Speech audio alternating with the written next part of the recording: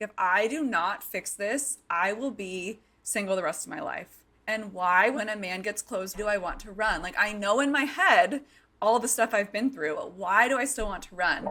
Let's talk relationships, you guys. It has been a minute, and I apologize. It has been a couple months. We were on a little hiatus, but we are back, and I'm so excited for today's episode. I've got my good friend Erica McCarthy with me today.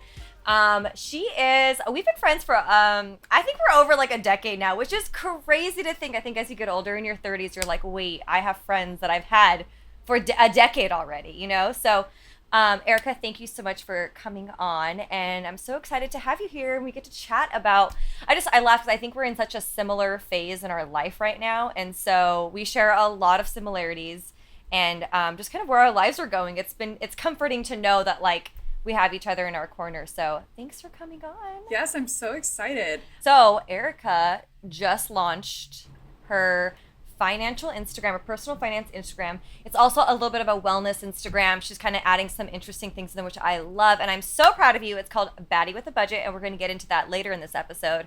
But so proud of you, girl. I'm so happy that you did that, because like we were just talking about before we got on this, we're like, it's the little things that we do every day. And sometimes we just have to take the plunge and do the thing we feel called to do. And I'm just so thankful that you did that, and it's an inspiration. Like, it got me being like, you gotta create more content, get back out there, you know. So I'm just super grateful for that. So hello, welcome. Hello, I'm so excited to be here. I've never recorded a podcast, so this is fun. Hello. But yeah, I'm really excited to be here. Yes, like Beatrice said, we've been friends for 12 years. It's 12, right? Six Dang, of which amazing. I lived across the country, but we just stayed in touch. Crazy. And yeah, we just got back from Europe together, which also was our first trip ever together, which was so fun. The group chat is still alive and well. I know. I love that. I feel like after trips, when you have that group chat lasting forever. I know. Usually it's like, one text after, and then it's like nothing ever happens again. But it's fun. So I feel like this trip, though, was like kind of the birth of your Instagram account, because we were like, make the content, and like, this is your audience. Like, we're literally at a winery, this like chateau in the middle of Provence, and we were like walking around with our wine glasses. We were drunk, and we're a little tipsy. Like, I don't drink much, and so like one glass of wine, like, I wasn't either. We hadn't eaten either that day. I don't think, which so kept happening. Like, we were all loose, and we're like, let's go take over the world. Yeah, I know. Oh, no, man. Actually, when I told my mom about this finance Instagram business that I just started last week, she asked me who I had told, and I had said I've only told 4 people, and 2 of them were the girlfriends that I went to Europe with, and I told her the whole story. Like, we were sitting on a couch one day at our Airbnb in Aix-en-Provence. We had wine and cheese, and we just started talking about like money, healing, family, all this stuff. And they really encouraged me that I needed to start it. I knew I needed to start it, but that day I was like, you need to get to work when you get home. So thank you for the admonition. It was, of course. And you really have, like, I think you really started, and you like, you're all in. And I think that's so important. Like, when you make the decision to do this, like, and especially same with podcasting, like, once I was like, I'm doing this, like, you got to be all in, or it's just not going to work, and it's not going to resonate. So I love that you just were like, I'm doing it. And I feel like you are so relatable in your videos, and I think that's why I think it's going to do so well, because like, and I'm not even just saying this as a friend, I'm saying it as like a consumer of content. Like, I really genuinely like the content. I think you are very direct, but it's like friendly, and it's like your bestie kind of telling you what, because I think it was so cool that in that apartment, like, we really got to sit down there, and we talked about, we even talked about our salaries, and we went into numbers, and most people like don't want to share any of that information. And so it was kind of liberating. Like, why do we care so much? Like, why do we care so much about not talking about where we are financially? And I think that's why so many people are in such terrible financial places, because they don't want to talk about it, Yes. And there's so much shame. So much shame. Like, I think for me, like, when I was working, like, I just graduated college, I'm in so much debt, and I finally like opened up to my boss. I was like, I'm in like a lot of student debt. Like, this is the reality. And he kind of like had no idea. And he was such a good mentor of mine to like help me like figure out how do we pay it off early? Like, can we funnel like bonuses, take your bonus, pay it off. Like, he really worked with me with that. And I was like, look, if I had never said anything, I would have never gotten that sort of help, And so that's why I just appreciate you being so open and honest and vulnerable with launching this account and putting yourself out there and having the hard conversation. But I think, I feel like it's going to give so many people freedom. Like, I really, really do. Oh, thank you. Because that is my whole goal is to, I mean, I didn't know it a few years ago, but I would probably say like 5 to 7 years ago, like I've always been into like health and wellness and my skin. But I was like, oh, I want to be a dermatologist. Oh, I want to be an esthetician. I wish I could go be a doctor. Like, but the root of it was I just wanted to help people. Mm-hmm. And then which we will talk about, as I started on this very deep healing journey this past year, I knew probably for the past year and a half that I wanted to start some kind of finance Instagram. But the root of it was I wanted to help people because there's so much freedom in being in control of your money. And I'm not like some millionaire, but I want to change the trajectory of what could have happened from what happened to me in my past for future generations in my family. And with all this healing that I've been doing, it was very much like something I felt called to. So the root of it was I want to help people. And I truly yes, it's fun to see it, go up by 1 or 2 people a day. I don't have many followers yet, but I truly I want to help people and not, I want to normalize different conversations and stuff. So yeah, and I love that because I think that's the same thing I'm trying to do with the podcast. It's like, how do we normalize these hard relational conversations? So I'm so excited for it. I think there's going to be so much that comes out of it. But I'd love for us to talk about, I know you have gone through such a big healing journey over the last couple months, and I've been privileged to kind of be front row seat of just the last couple years of your life. Like, we were just talking about how you're like, my life was literally in shambles a couple years ago, sleeping on your mom's couch. There was just I remember there was parts where you're just like, am I ever going to get out of this hole? And I remember I know how tough that was. We've cried together. We've had the moments of just oh my God, this is so hard, you moving your plate, just everything that kind of happened to you. And so it's been really cool to see the journey that you've been on. And I think the fruit that's come out of it, and that's what I really would love to talk about, is to hear more about what that journey has looked like, what kind of healing that, because when people say, oh, I'm healing, it's so vague. And I think people don't really know what that means. So I think I'd love to know more about that in your life and really how it's impacted the people around you. Because I think that's super telling, it's healing is not only for us, healing is also for those around us. It's how we relate to others. It's how we show up in our friendships and our families and all these other areas. It's not just oh, I'm healed and I'm going to hold it into myself. It's really, there's an outward part of it. So yeah, I would love to hear more about kind of, what you've been going through over the last, it's been at least 3-4 months, 6 months? 6. Yeah. Yeah. So okay, this is a relationship podcast, so I will tell you the root of how I started working with the person that I am. Yeah. That has completely changed my life. So last fall, I was dating someone who, and it takes me a while to, not even a while to like someone. It takes me a lot to even be interested in someone. Yeah. And I don't think that's so much of a bad thing. But anyway, I hadn't really been interested in someone in a long time. I start dating someone. I really like him. And probably about a month in, I remember he took me to dinner. I came home and I just instantly was like, no, I'm ending this tomorrow. I'm not doing this. We're not letting anyone in. And I had gone to therapy on and off since 2017. I've been in therapy. So I was like, I know these things. I know it's going to be scary for me to let someone in because growing up, I did a lot myself. So I'm like, but why? And then I got mad at myself and it just, the spiral whatever, happens, I went kind of, and I'm like, I cognitively know this, but why did my body freak when he was being so sweet or when he wanted to get to know me more the other day? And anyway, which he was not meant for me, but a few months later, I break up with him. And half of it was I didn't feel like our values aligned, but the other half was I just was like, get away. I literally felt like, I don't know, a turtle coming out of its shell. I was like, yeah, you were get squirming. Yeah. Yeah. And, a lot of times people will say, like, oh, that's just like that tells you that they're not meant for you. And I don't fully believe that anymore. But anyway, so if anyone is familiar with Mark Groves, his Instagram, which he's off Instagram now, he's only on YouTube. He is off. Yeah. Which makes me sad. I freaking love him. I But 2 years ago, when I was in like a very, not so much dark place, but just like I had moved in with my mom, my landlord had been terrible to me. Like a lot of things had happened. I've been passed up for a promotion at work. And I will make a long story very short, but my mom was like, why don't you come move in with me? It was supposed to be for 2 months, ended up being for 6.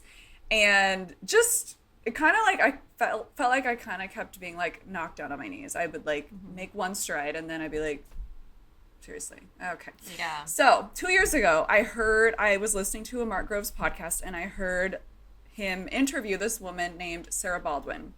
She is a somatic experiencing practitioner and also she's one of 11 in the world trained in polyvagal theory, which people like clinicians come to her to like bring this to their clients. So anyway, I heard her and I thought, whoa, she's amazing. And I signed up for her emails, never did anything. And I would get them, I would never read them.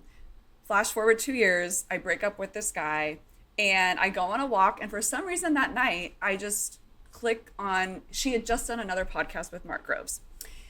And I was like, I'm going to listen. And everything she said was how I felt, like how I was interacting with him. And I was like, oh my Lord. So I go home and it was totally like meant to happen because I go home and I usually don't check my email. I usually check it in the morning or right before bed. But for some reason, I checked it right after my walk at like 6 p.m.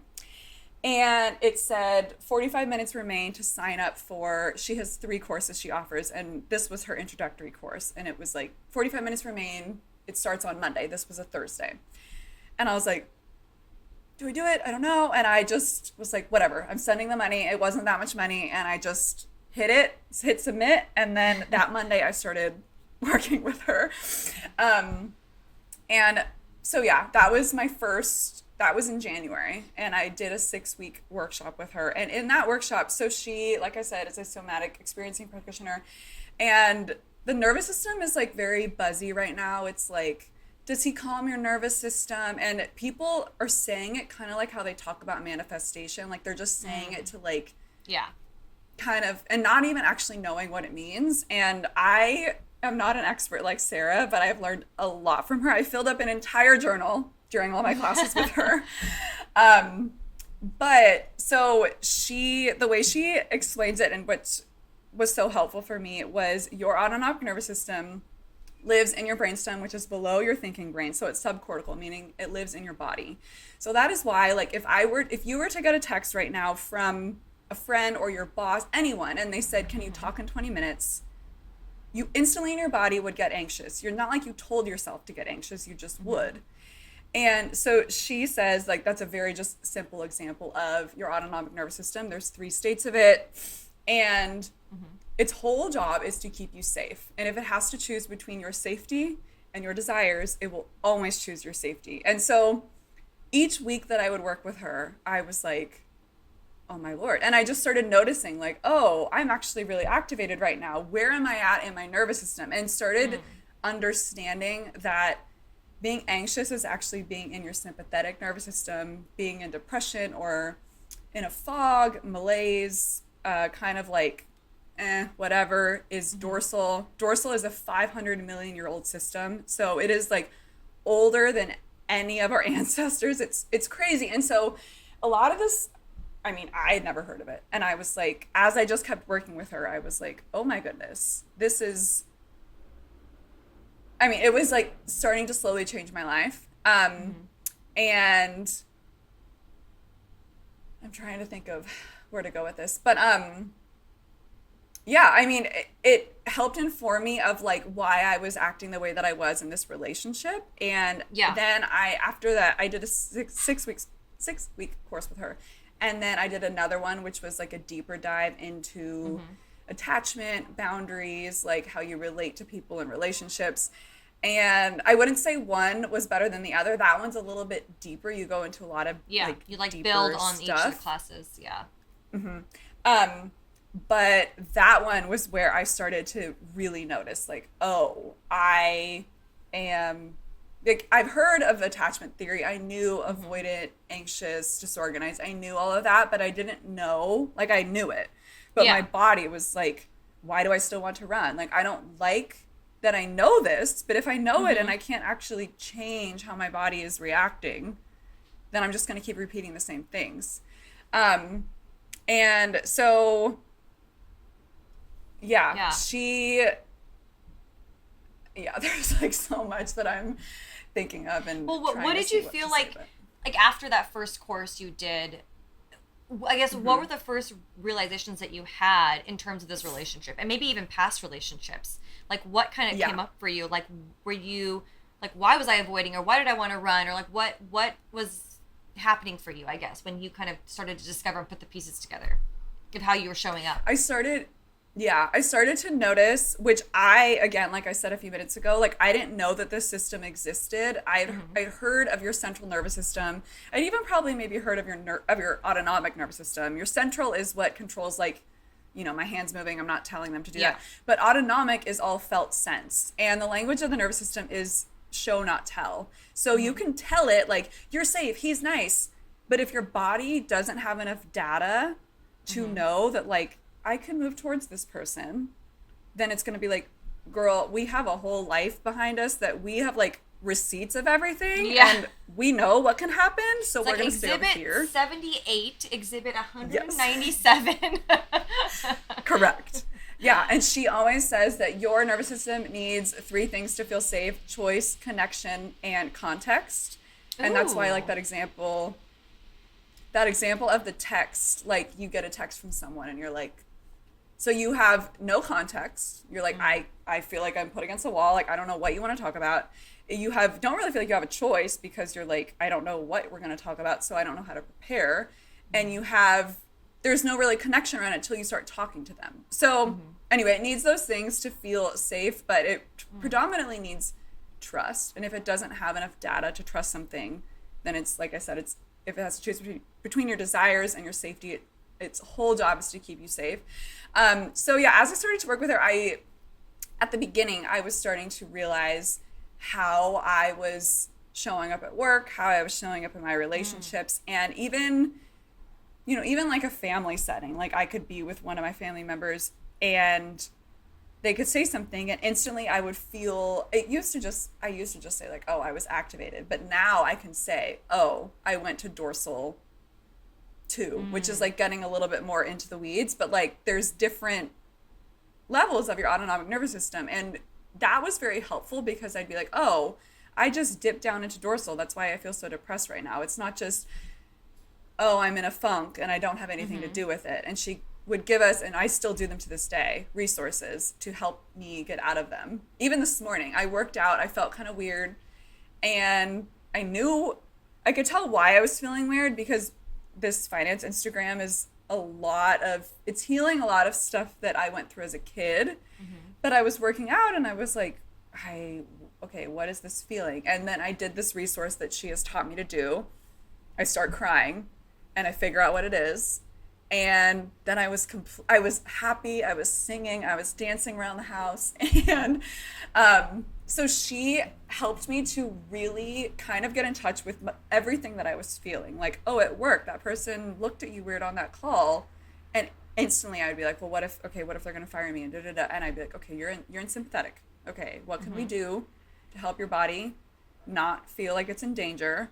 Because when you start to dip into dysregulation, it's either real danger, like there's a Mm-hmm. bear chasing you, or there's Yeah. perceived danger. And at work, like, is there actual danger? Probably not. So it's all it's perceived danger at that point, and my body's just, again, trying to keep me safe. Yeah. So much of what goes on too is subconscious. Like, a lot Yes. of this stuff is happening in the background, and it just makes me think, like, how many times when we're in a relationship, when we're with our whatever families, at work, are we just operating from a place that is so subconscious, you know? Yes.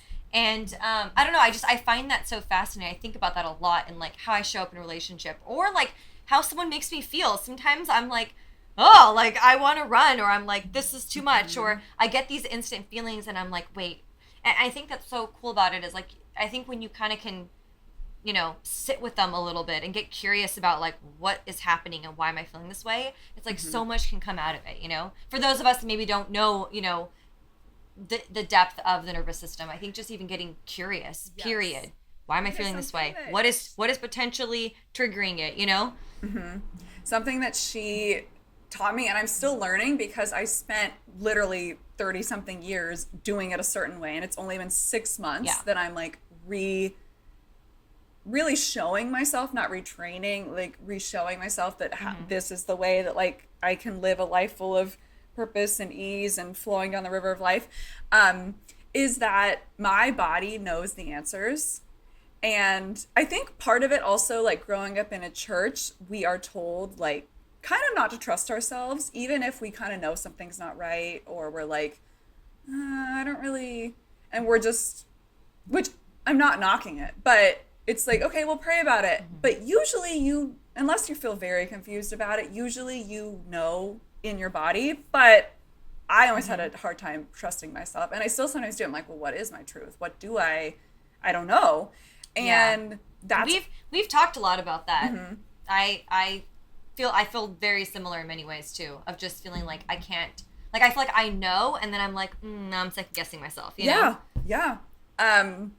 And so, yeah, it has just given me basically, like she says, like the language of the nervous system, like I said, is show not tell, but it would be as if you were going to go learn Greek. You went once and then you went back and the teacher, you were like, I don't remember what that letter is. And they were like, what? You've been here once. How do you not remember? And it's all feeling back into your body, which sounds very woo-woo, but it's not like what you were just saying about like sometimes I'm around someone and I feel weird. It's neuroscience confirms it's because we have this thing called mirror neurons, and that's why certain people, and we pick up on other people's where they're at in the nervous system. So if we're around someone who's very anxious, you're going to be around them and you're going to be like, ooh, okay, now I'm really activated, like I don't know why. Or if they are very anxious and you skew more avoidant, you're going to want to pull away more as they come closer, because your body is like, why are you pushing towards me so much? And it will feel it subconsciously. So yeah, I've learned a ton from her, and I'm just looking through my notes to see what else. I mean, there's so much. But How do you feel like it's impacted your relationship with your family? Like, I think getting to the point where you are today, how are you relating to like and feel free if you want to, I don't want to pry too much into your past, so share as much as you want, but how do you feel like that's really impacted that relationship with your sister and your mom? Yeah. So for most people, you will not know, my dad passed when I was little, and my mom made a ton of financial decisions that would impact me like late until, I mean, probably mid into my 20s. Like just not good. And my sister and I like had to look after her basically. So because of that, like I said, 7 years ago, I started going to therapy because I'm like, I have so much stuff that I have to work through. Like, Yeah. and and I had moved to New York, so it was kind of nice to have a physical space from them to like heal in that way. Yeah.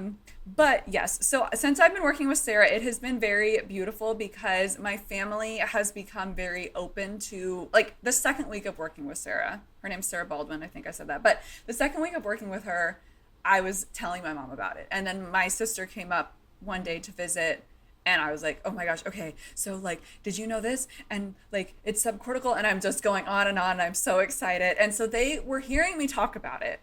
But it's interesting because something that we said before we started recording was we don't even notice the little steps that are happening every day that are leading to our change.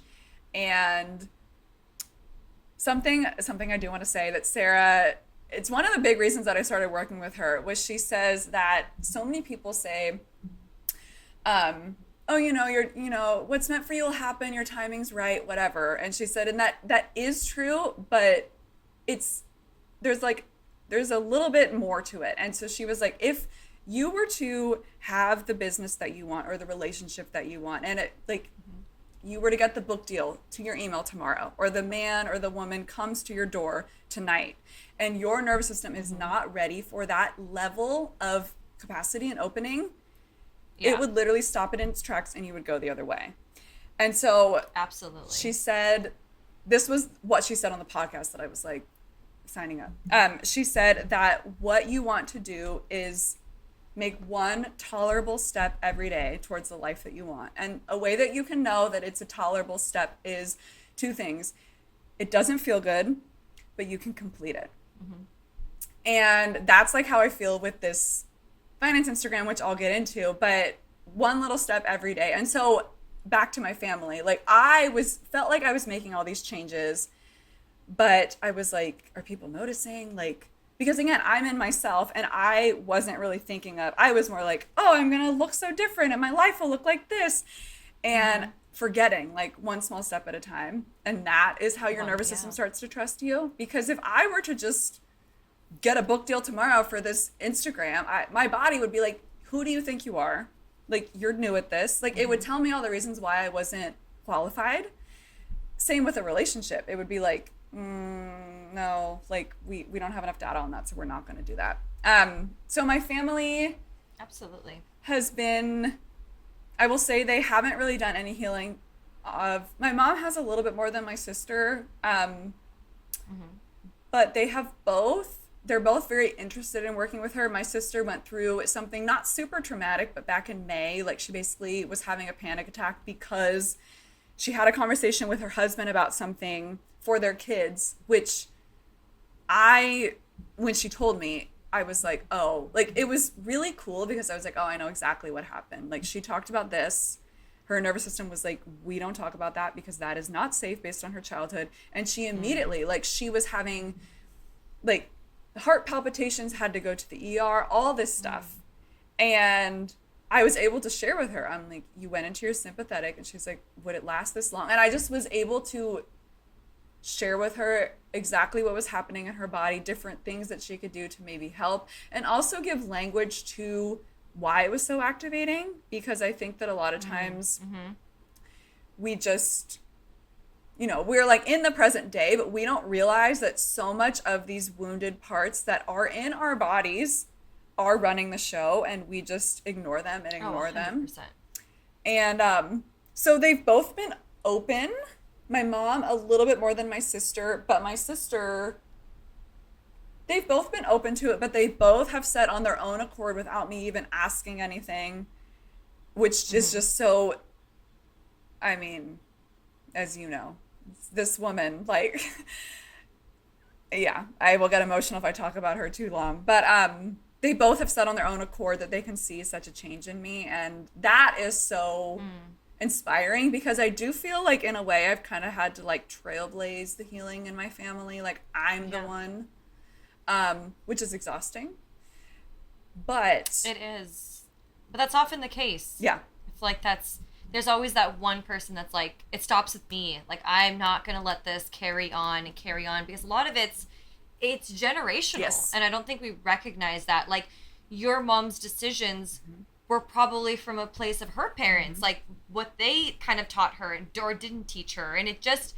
keeps getting passed down, and at some point we have to take the responsibility upon ourselves to decide, what future do I want? Like, what do I actually want in my future? What finances, like what do I want my finances to look like? What do I want my children to feel like in a family, right? There's so much of that, and it's like we have to take that responsibility on ourselves and make that decision of like, it's stopping with me, and I've got to be the change.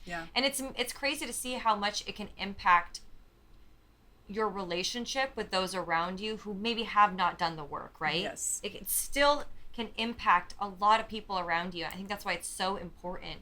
It's how we show up in relationship, how we show up in our families. Like, I feel like once I started doing a lot of the work, I noticed and my sisters sort of started, and we communicated so much better with one another. It was just, and when we were frustrated with one another, we would be like, hey, I don't want to speak in that tone. I don't want to yell. I don't want to be like mom and dad. I don't want to do this again. And we need to talk like adults. You said this and it hurt me, and that is why I'm telling you. And that is really, like, when you can be that upfront and honest, like, that's very confronting. And and it kind of like disarms the other person because like what can they really argue at that point? So it's just such a cool testament to see like that they've even noticed, you know, and a change in you and how you're showing up in, you know, in your family. Yeah.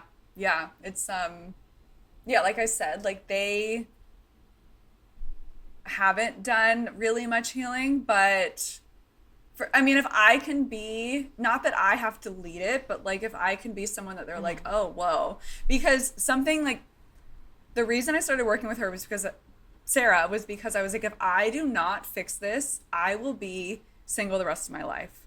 Like, I want a partnership. And why, when a man gets close, why do I want to run? Like, I know in my head all the stuff I've been through. I've been to talk therapy. I've done this all, but why do I still want to run? And as I said, as I started working with her, I have learned that my body, it's a few things. My body doesn't really, since my dad passed when I was little, my body doesn't really have data on Mm-hmm. a man in the house. So to my body, it's like, okay, like can we even, not that I have any wounds from men really, which Mm-hmm. I am grateful for, but it's like we don't have data to Mm-hmm. trust men. So she says sometimes it's not even something that is traumatizing that happens. It's just like we don't have enough data, so we're not Mm-hmm. going to trust it. Um, but I didn't want that because I was like, I'm in my 30s. I want a partnership. I couldn't even decide if I wanted kids, but now I know that I do. And the only way I've been able to figure out that I do is because of working with her. And I'm sorry, there is light in my face. I The sun will go down soon. know. um, I'm like dodging it. Um, but I kind of, it was like a last straw. I was like, how do I heal myself to open Mm-hmm. myself up to a relationship, to not be, not combative at work, but to not be someone reactive Mm-hmm. is the word I'm looking for. To when something happens that's triggering in my family, like the other night, which I Yeah. texted Beatrice about, to have the tools what to do. Because before, if something like that would have happened, I would have been fully dysregulated, like in a funk, sad for at least a day after. And because of Sarah, I knew exactly what to do. I knew like the resources I had. And it was probably like a 20, 30 minute session of like feeling it out, crying. And I didn't feel perfect the next day, but I felt Yeah. so much better. And I was like, what would I have done? I would have just, because she always says, trauma or anything that happens that is not a positive experience, it has to go in or it has to go out. So if you don't get it out, it Mm-hmm. will get stored. And that's like what you were saying about generational stuff. Like, yes, I definitely have wounds from ancestors I've never met because Mm-hmm. they're in my body. And if my nervous system is 500 million years old, that means I have their stuff. And I think that's why it's been so like, I've been crying a lot the past 6 months, and people are like, "Oh, I hope it's happy tears," and I'm like, "It is." And Sarah, something that Sarah always asks me is, "If your tears could talk, what could they say?" And she says that a lot of times, as people start doing this work, it's that they feel seen Mm-hmm. for the first time, and they're like, "Oh, wow!" Like Yeah. relief, kind of. Um, so yeah, I finally feel, and I'm gonna start another workshop with her on Monday because that I believe in the power of this work, but her and the way she Mm. teaches it and how she so gently like brings stuff out of you and then helps you get it out, like release Yeah. it, is That's like incredible. just incredible. But yeah, there's no way I would be able to step towards this, like this venture that I'm doing without her. Um, and my next challenge, not challenge, thing is to get into a relationship, but you know, the pool is. Actually, I'm not going to talk bad about the pool. There There are are. wonderful men out there, but I have been just like focusing on my healing the past 6 months, and I was so like, I was taking like not classes every night, but like I was Mm-hmm. deep in it. And so I was like, Yeah. no, this is what I'm focusing on because I don't want to bring this into a Yeah. relationship because so many people get into a relationship out of these damaged younger parts that they don't even know are running the Yeah. show. And then they're like, oh, I didn't like him, or oh, da, da, da, this didn't happen. And not even knowing that they're not coming from Mm-hmm. their adult selves. They're coming from a maybe 17-year-old self that like this boyfriend really screwed them over, or a 10-year-old that their dad was never around, whatever it is. And she always says that until you heal your younger parts, you will pick relationships based on what that younger part needed when it was that age. So, Which is, yeah, it's so crazy to hear that too, because I think yeah. I'm kind of going through similar work with my coach. Stuff that we've been starting to realize was like, I don't know. I think the last conversation I had with him was on Friday, and I was like, I feel good. Like I don't even know how to describe it, but I was like, I think being able to talk to the little girl in me, which is, I don't know, it's life giving to be able to talk to her and be like, you're okay. Like Yes. I realized I've never told her that. Like, and so many of the ways that I was showing up, like same like at work or in a relationship, like especially at work, it's like I had to prove myself and I had to work. I would A plus everything. Like it brought me back to where I was in school, feeling like I had to earn everything, right? Earn my way, and like it was just so freeing to be like, I'm good. I'm okay. Like I don't have to operate from that anymore, you know? And it's just crazy because Yeah. I was like, I was only this crazy high achiever because I wanted to please my parents. But on this whole other side of me, I'm actually a creative. I love the creative side of me. Like that's, I think, where my gift is really, and it's like I felt like that wasn't honored enough when I was a kid, and so I kind of like I would draw and do creative stuff, but it was like my own projects. It was like my hidden little thing, and I just would. It was more academics. It was like get straight, doing all that. So it's been interesting to see as you start to shift that dynamic, like how much of the real you comes out. And I always think of that. Like I had this a couple years ago. It's so random, but I was in church and I was picturing, like, this is so, I don't even know where this came from, but the Lord had to have given me this analogy. But I was picturing the statue of David, okay, in Florence. I don't know why, but that's what I was thinking. And I was thinking of, like, we are a block of marble. And and it's like different, it could be different shapes, right?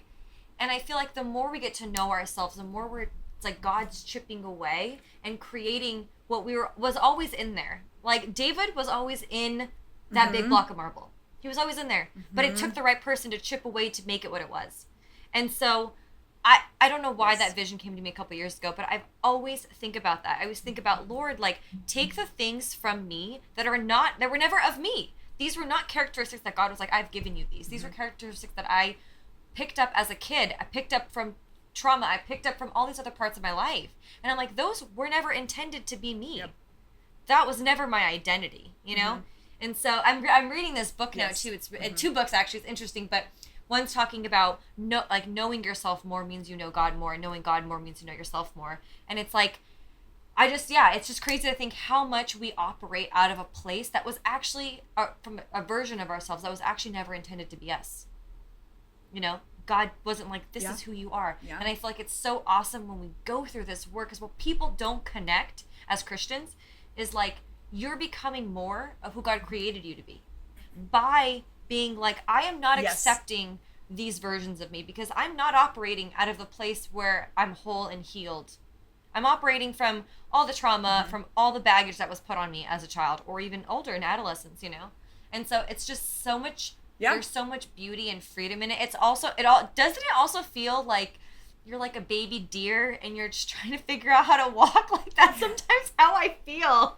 I'm like 34 and I'm still trying to figure it all out. And I just feel like I'm in this new way of thinking and like this new body. And I literally feel like a baby deer that's like figuring out how to walk. And that's in this new way of thinking. But there's just so much freedom in it. So I can totally relate working on that sort of stuff. Like there's so much freedom in it, and it's like it starts with just getting curious. Like I think even getting curious about why is a healthy person or someone who actually wants to give me attention and love scaring me? Why do I want to run?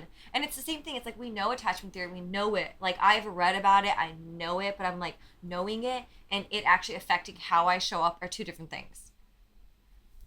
And that's what I'm working on now. Yeah, and I'm working on the like, okay, I know, because my coach was like, B, you have read every book, and I'm like, I have. I know I could. I could Like, I explain know. to you attachment theory in such detail, but it's like it's different when you actually like trying to live it out, and how does this actually play out in my relationship, in my Yes. life, you know?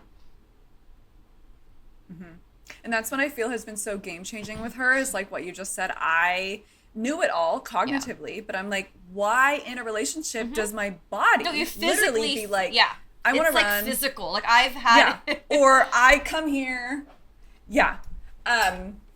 And it was like, you know, it would be different depending Yeah. on the person. Are you- like sometimes like in you're work I would be You're the disorganized oh, sorry. also, or I don't know where you land. Well, I have learned, yeah, I have learned from her that different, which what you were just saying, which I will get to back in a second, different parts of you can have different attachments. So my work self, I would say, was There you go. not anymore, was very anxiously attached. So I would be anxious at work, like, oh my gosh, what if they're gonna fire me? Okay, well if they fire me, then it's okay. Like I can freelance and I can move back in with mom and da da da. And you can already see like the way I'm talking, I went fully into sympathetic, like gotta get it done. And as I started to heal that younger part, I realized, well, whatever, I won't have to go into that much detail, but I was anxious with work. But in relationships, I noticed that if the guy was more avoidant than me, I would be anxious. And if he was more anxious than me, I would be avoidant. So yeah, I noticed in different situations, whether work, friends, relationships, I would have a different attachment based on basically what happened to me in my past, depending on those things. So career was anxious, relationships was predominantly avoidant. And then friendships would be disorganized, which also is in line with diffuse boundaries. So it's like sometimes it's like rigid, it has to be like this, and other times it's like, sure, if you want to, and you're like, actually don't want to do that, but like everyone else wanted to, so Yeah. okay, Interesting. like I guess I'll say yes. That makes a lot of sense. And when though. Because I feel the same way. Like, I feel like it's been hard to define, like, oh, I'm just this. Because I'm like, no, but I'm indifferent. Like, because I do feel like that. I feel like I'm exactly like you. I feel like I'm way more anxious at work. And then I'm way more avoidant in relationship. But same thing. If the person is the other, I'm the opposite. Like, it's so interesting. And then with friendships, I'm more like, I don't like clingy friends. I don't like friends that feel like they gotta be on all the, I'm like, ugh, you know, so it's so crazy. You do show up differently in, you know, depending on, you know, who it is. And even I will say, because we're on this pod, okay, when we were in France a month ago, there was one day, which I've never actually said, so we're just going to go live. Oh, with we're me going saying- live. Let's do this. We went on this hike that was absolutely beautiful. It landed us into a Calanque, so which is pretty. like a inlet in the Mediterranean. We made sandwiches. We swam with a little golden retriever. It was perfect. The golden retriever was so cute. Oh, so cute. I loved oh, him. I took was so many crying on videos. that This dog was so cute. His owners like left him, and he just was like swimming, laying out on the rock, like literally doing his own thing, and then eventually stumbled onto his owners. Like, I could not. Anyway, He was so precious. But so afterwards, like I had in my head, oh, I want to go make dinner with him, but I hadn't said it. Yeah. So I just, again, had been in my head, I want to go make dinner.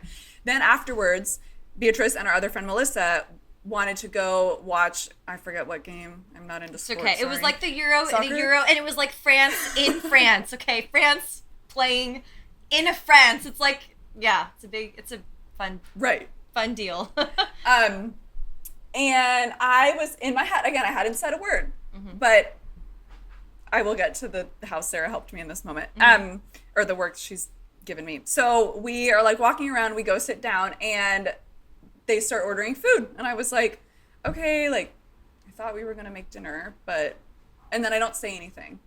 Because I'm like, just whatever, it's fine, whatever. And then we're like hanging out, like I can tell we're gonna be there a little bit longer, and I can tell I'm going into dorsal, which is like, I could tell shut down, you were don't wanna off. talk. Yeah, I knew you were off, and I was like, I'm not gonna say anything because like she'll say something when she's ready. I didn't want to like, what's And wrong? I used Because to I just hate when go people into would say that. What's wrong? Like, ugh. Yeah. But like before working with her, I would have just said, oh, I got into a funk, like whatever, and made myself kind of get over it by myself. But she always says, because trauma happens relationally, healing has to happen relationally. And that was not traumatic, but it was more like my inclination is to do things by myself. And this is me getting back to being avoidant in relationships. Um, but I was sitting there, and something that she also has taught me is that frustration is a clue that you had an unmet need that you didn't voice. And I was frustrated. And so I was like, okay, how do I say this and not sound like, I want to say this because if I don't, then I'm going to keep being frustrated. I'm going to go deeper into dorsal, and then I'm not even going to have fun. I'm not going to be fun. It's not going to be good. So I say something, we like talk about it. I feel a little better. And then that was it. I was like coming out of dorsal. I could feel it. Okay, cool, whatever. And then we're like walk around, we go get gelato.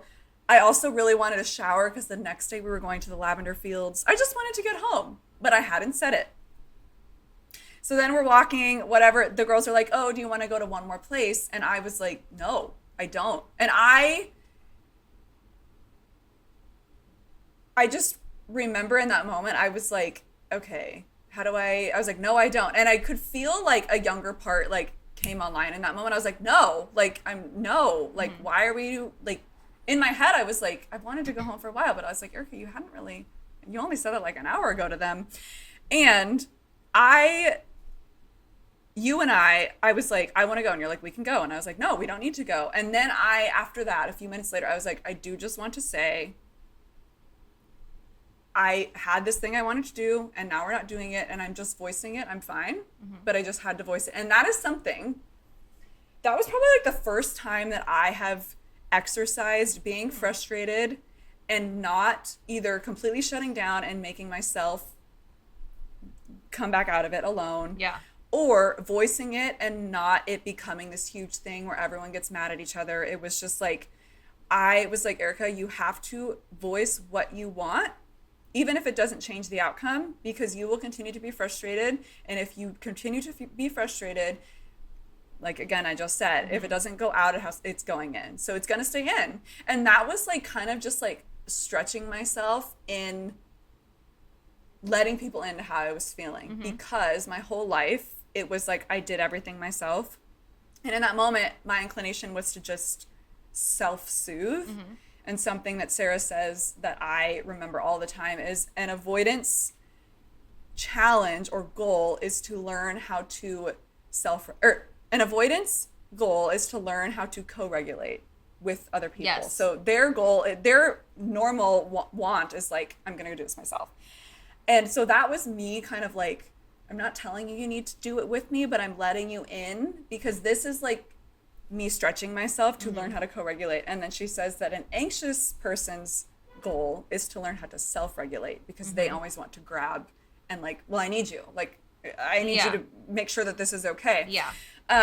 So anyway, that was a very small example, but a year ago, I would have gone into dorsal, been by myself, been quiet, and then the next day been like, sorry guys, I was in a funk last night, and just kind of not let you guys into it in that moment, which I think was not easy for me to do. I'm like, I don't want to say anything. Like, I'd rather just be quiet and just go with the flow. But I'm like, you can still go with the flow, but you need to let them know. And so that was like a shift in me. And she always says there's no such thing as small steps. And I was like, Erica, this is a change. Like, you are literally reshaping your nervous system right now by letting your friends into this. Even if the outcome doesn't change, you're letting people in, and that's giving your system data that it's okay to do so. So yeah. And that was huge. And we worked through it, and we didn't hate each other after. So, and the trip went on, and we were fine. Being able to do that. But and I think this is a good segue too into because it makes me think of, you just did a video about this, but tying in our finances, because like I think about this with our money, how we're trying to keep up with the Joneses, the people we don't even care about or like. So we want to buy things and and all of that. And I feel like there's probably so much of how we show up in our finances and in that comes from this place. So it's like, this isn't just relationship, but it's relationship to others and to ourselves and to money and how we spend and how we live our lives. And so I think that that's so fascinating to tie the two. And that's something I wanted to talk about was like, it's like how we make our financial decisions, the things we want to talk about, things we don't want to talk about, you know?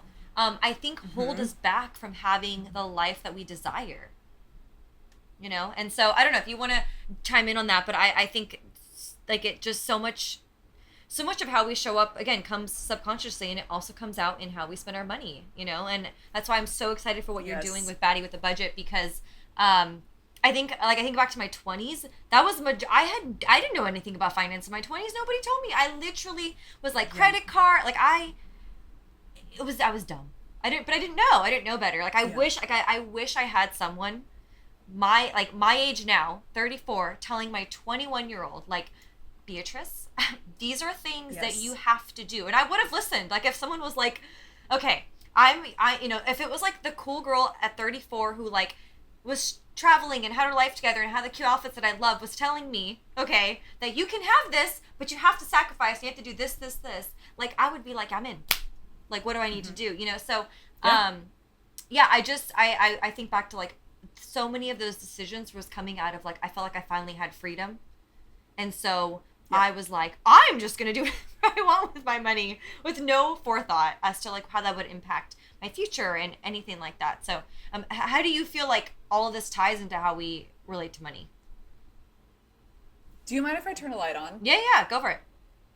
Okay. Just so I know, we're getting to like sundown, so. Okay, it's not working. There we go. Let's do a little mood lighting. Okay. So again, I'm a broken record, but I do not care. Like, your nervous system informs every single thing, that every decision you make, every action you take, whether you do something or you don't, the way you operate in the world, everything, because it's all coming from your body. And it's like, oh, I want to do that. Oh, no, I don't. And it literally all comes from inside of your body and the past experiences that it has. Can I note something? Because this is something that helped me with the nervous system, because I'm very visual. Was like, basically our nervous system is a net all over our body. Like, we have nerves literally all over our entire body. Yep. Okay, it covers everything. It's like skin. Think about it like skin. Every organ. It's literally like, I think of like it's a net that just wraps us up, our entire body. So for us to think that the nervous system has really no play in how we show up and how we live our lives is insane. And I'm so glad there's more studies on this stuff, because like, God was creative when he did this. Like, he knew what he was doing, you know, but it's just, I think it helps to think about it that way. I always visualize it that way. I visualize it like it's literally covering my entire body is our nervous system. Yeah. You know, so anyway, that was helpful for me to like. My lighting is not good. Oh, it's okay. That was really helpful for me to understand like how it really impacts us and how it does shape how we show up and everything. Yes. I won't go on a super tangent, but it literally coats every single organ in your body. Like, in your gut, it's like, she says it's like an octopus around your digestive system. That's why if you are in dorsal, which is your place of depression, shutdown, apathy, you will typically have, I learned this on the first call I ever did with her, you will typically have SIBO, Hashimoto's, Crohn's, any kind of like autoimmune disorder. Will stem from, because your nervous system is like, okay, if we have to keep her alive or help her digest, we're keeping her alive because we love her that much. We will keep her alive. So yes, okay, the money, your nervous system informs everything, like you just said. Yes, it's a net. It's like a cloak all over you, literally. It's like, it's very old, so it knows what it's doing. And the way you view money is, it's directly tied to, well, first of all, how you saw it like used and talked about in childhood. But the way that she has explained it, she hasn't gone too much into finances, but she does have one video about how your nervous system impacts your finances. And so she says that if you're in your sympathetic nervous system, which is fight or flight, you will feel really anxious around it. Like, you'll get paid and then you'll be like, okay, now I have to pay this. And then, oh shoot, no, I'm going to lose it. And you'll just always kind of be hyper fixating on it. But if you're in dorsal, which is your avoidant, I'm not going to look at it, I'm whatever, you literally won't look at your money. You'll just be like, oh, I don't even know how much I have. You will completely avoid it. Yeah. So she also explains that there's a shape of your nervous system, and it's called your autonomic tone, which is where your body lives in your nervous system, where you live in your nervous system at any given point. So if you are more avoidant, you typically will be avoidant with your money too. But I have wanted to start this Instagram for 18 months. So I moved into this apartment last January, so a little over a year and a half ago. And I started a job and moved into the apartment 4 days apart from each other. And I remember, which I think I texted you, I remember I looked at my budget and I was like, oh my God, I've never lived alone. Like, I was freaking out. How am I going to live alone? I remember texting her and being like, oh, should I turn off my gas so that the bill doesn't get too high? I remember that. And I was like, no. We don't need to do anything like that. Like, it will not be high, as in mine was like max $50. We will just not have coffee. You just don't drink coffee out for a month. Right. It'll be fine. Yeah. I remember that. It was, and now that I have like, I remember. That was so funny. But I remember, like, it was such a huge step for my system to move in alone. Because growing up, I had a single parent who, like, could barely afford her mortgage, like, got pretty much evicted, like, did terrible things with her money, like, I don't want to air all her dirty laundry, but, like, money was never something that was stable, and when we had it, it was always gone. So what does that tell my system when I move in alone to this huge apartment with a new job, which also a new job is how you make money. So if I lose the job, how am I going to pay for this apartment? What if I'm like my mom? Like, all these things. And again, I had no idea that it was all my nervous system trying to protect me until a year later when I started working with Sarah. But I'm actually going to make a video on that, on like how it felt in my body to make this huge financial step. And, so I've wanted to do it for a year and a half, but I never really knew how. I was like, okay, well, what do I don't even know how to use, I can look at TikTok. I don't know how to make one. Like, I don't know how to edit a video. I don't know anything, like literally anything. And I took one course with her from January till the end of February, and then another one from April until June. And and then we went to Europe, like end of June pretty much. And it was like burning inside of me. I was like, okay, I know. And there was a module that I took in one of my last classes with her that was about something that you want to move towards, but you're nervous to do it. And she said to write down like all the things, because like what I said at the beginning of the call, like if someone were to tell me, oh, you're going to have this huge Instagram and you're going to write a book like tomorrow, way too big for my nervous system. It would be like, how? Like I'm not, how? How?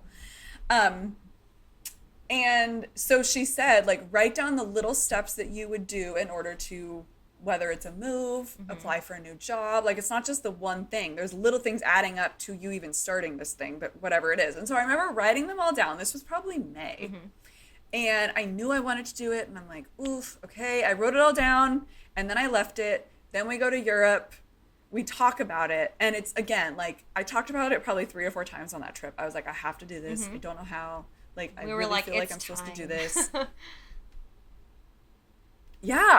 Oh my gosh, I'm so sorry, my camera. I need to get a ring light. Do you have a ring light? I do. I have the, and it holds my phone. I got both. I had to get fancy. I had to get the whole thing. Send me the link. I will send you the link. Yeah, girl. I'm gonna need that. Thank you. I'm a creator now. I know. Look at you. I love it. Yeah, I know. Crazy. But I'm so. And. Oh, sorry. Oh no, go ahead. Finish. Yeah. Yeah, so I remember I came back. Oh, this is what it was. I came back. I remember that conversation you, me, and Melissa had. And I still was like, okay, Erica, you need to just do this. Like, but then I'm like, how? Like, how? So then one day I was like, I'm going to create the Instagram handle. Done. Task completed. Yeah. Close your computer. The next day I was like, pretend like you're FaceTiming a friend. Make a video. You're not even putting it anywhere. Just talk to the camera. done, task completed, done. And I started doing these little things each day, but the thing that really kicked my booty into gear, and I think I told this to Sarah. Maybe I haven't. No, I haven't. I told it to a friend from my class with her. But there was this call that I was on about 3 weeks ago. This is how quickly, if your system starts to trust you, this is how quickly things can happen. I was replaying a call from one of my classes with her, and there was a clip of it that said, because she now, like I said, like she's been doing this for, I think, 10 years, but she is one of like 10 or 12 in the world that teach practitioners how to like do somatics and polyvagal. If you've ever read the book The Body Keeps the Score, that's one of her mentors, and he is the guy who created this institute. So in one of my last videos 3 weeks ago I was watching, she said that when I started to do this work, her work of helping people somatically, she said there was because a lot of it is younger parts work, which I didn't fully like deeply get into, but she said there was a younger part of me that, because she was abused a lot as a kid, like sexually abused, and like didn't really have a family, and she started doing this work, and she said that this younger part of her would always come up and it would always say, I don't want to be in a family again, and who do you think you are? And she said I had to learn how to reparent that younger part, because this is what she said that I was like, I have to do this. She said there was that younger part of me was trying to keep me safe so badly that it would be so happy with me being 70, single, killing at my career, having my dogs, and never stepping towards this, my purpose, and never letting a man in. Because it says, like, we've created enough of, like, healing, so we're good up to here. And she was like, and that younger part would have been completely fine with me having my life like that my entire life. And she calls it a beautiful prison. Like, you've healed enough. Yeah. Oh, that I it's can like, relate to that. This is nice. I have the chills right now. Like, she's like, you know, your younger part will be like, oh, look out the window. It's pretty, but like, we're good. Like, I've healed enough. We don't need to push towards. And after that, I was like, Erica, you are working with this woman to change your life, and she is. And if you know you have to start this Instagram, you're younger, this 10-year-old, there's a very traumatized 10-year-old younger part of me that like saw something very traumatic happen with my mom and like governmental agencies that this 10-year-old is like, we're not doing this. Like, no. Like, no. Like, we have to keep why would you do this? Also, who do you think you are? Like, do you remember what happened that night? Like, and that younger part, she keeps trying to talk to me, and I talk to her because I love her, and she's the whole reason I'm doing this. But she would have been completely fine with me just clocking into my corporate job, which I do really like, but just living a pretty enough life. Like, oh, you know, your purpose is over here, but like, and something that Sarah says all the time is, as you start to heal your nervous system, it's as if when you start this work, it's as if your nervous system is in front of you. And as it starts to trust you, it's like it's on your side. It's like, we're here to protect you, but we can walk with you, and we trust that what you're moving towards is safe. We're not in the driver's seat, you are, and we actually trust you now. And I remember that was a Friday, and that day I wrote down all of the like things that younger part was trying to tell me, like why I wasn't capable, why I wasn't able.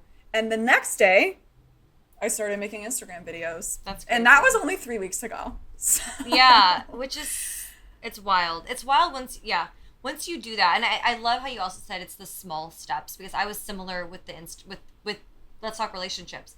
I had the name about a year and a half before, or I had the idea a year and a half before I started it, but I didn't have a name. The name just came to me. Thank you, God. Like, it was like one of those moments where I was like, oh, that's a good name, you know? And it was the same thing. I was like, okay, we'll just start an Instagram account. That's one thing.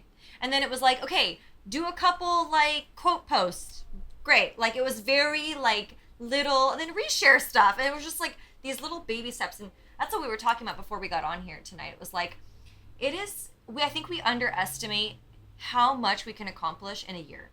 And I think we also underestimate how much our life can change in 10 years.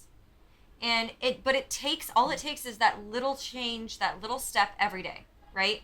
And like I think about like I've always loved doing interior design, and over the last year I've been doing a lot more of it.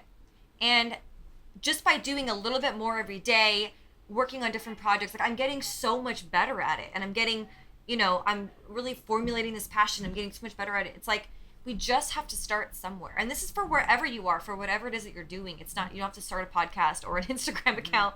But it's like, maybe you want to learn a new skill set, or you feel like your passion's in something that you're like, I don't know if I could ever do that. And I think for me, I often get really stuck because I look at the big picture. I'm like, well, I can't like just change my career tomorrow. Like I can't just become an interior designer. But I'm like, yeah, but I could like learn SketchUp today. I could, these are just examples. Like I could, subscribe to some designer websites. Like, it's like you can start to make these little steps little by little to achieve the thing that you like really want to go after. And I think that's like both of our testament is like, you just have to go for it. And you kind of have to like be okay with being uncomfortable in that, because you're going to be uncomfortable. Yes. Because like being on camera and putting out a podcast and talking about yourself, like, and talking about finances and your personal, like, this is not easy, but it's when you feel the need and the call to do something, like, don't let that die. Like, there's a reason why you're called to that, and there's a reason why it's on your heart. And so I just encourage everybody, like, we've done it, right? We're doing it, and we have to stay committed to it. But like, if you really feel that in your heart, like, I just say go for it. Like, who cares what people think? Because the people that are gonna judge you are the people that aren't doing anything. Like, at the end of the day, I watched a TikTok today literally saying that same thing. Yeah, like, the people who are successful will never judge you, because the people who are successful, first of all, they're too busy to even think of judging you. Yeah. But secondly, they were once the amateur too. Yeah. Like, they started somewhere. And you have to start somewhere. And I think that's what's so hard, is because we have social, and we look at someone who's like 4 years in, right? And we're like, oh, but I don't have that. I don't, and it's like, they're 4 years in. Go look at their first Instagram post. Literally scroll down, go look at their first podcast episode they ever posted. It's probably not great. It's probably meh, but they've had to start and they had to get there. So anyway, Erica, thank you so much for coming on. I think this was such an insightful conversation, and we're going to be putting all your information down in the description. So we'll have your Instagram account there, your website, and anything else you want to add. We'll also add some information about Sarah if anyone's interested in working with her. We'll definitely add a link there. You can get, I'm actually very interested in doing one of her first courses as well, just to learn more about that, because I'm already kind of on that path, and I think it would be super helpful to learn more. But thank you so much, Baddie with the budget. She's going to be a star, lady. She's going to be a star. And we're so excited because we need more people who are out there being truthful and honest and transparent and just who they were meant to be. We need more authenticity. So thank you for doing that. Yes. And thanks for being on. Thank you so much for having me. It was so fun. I love it. Bye.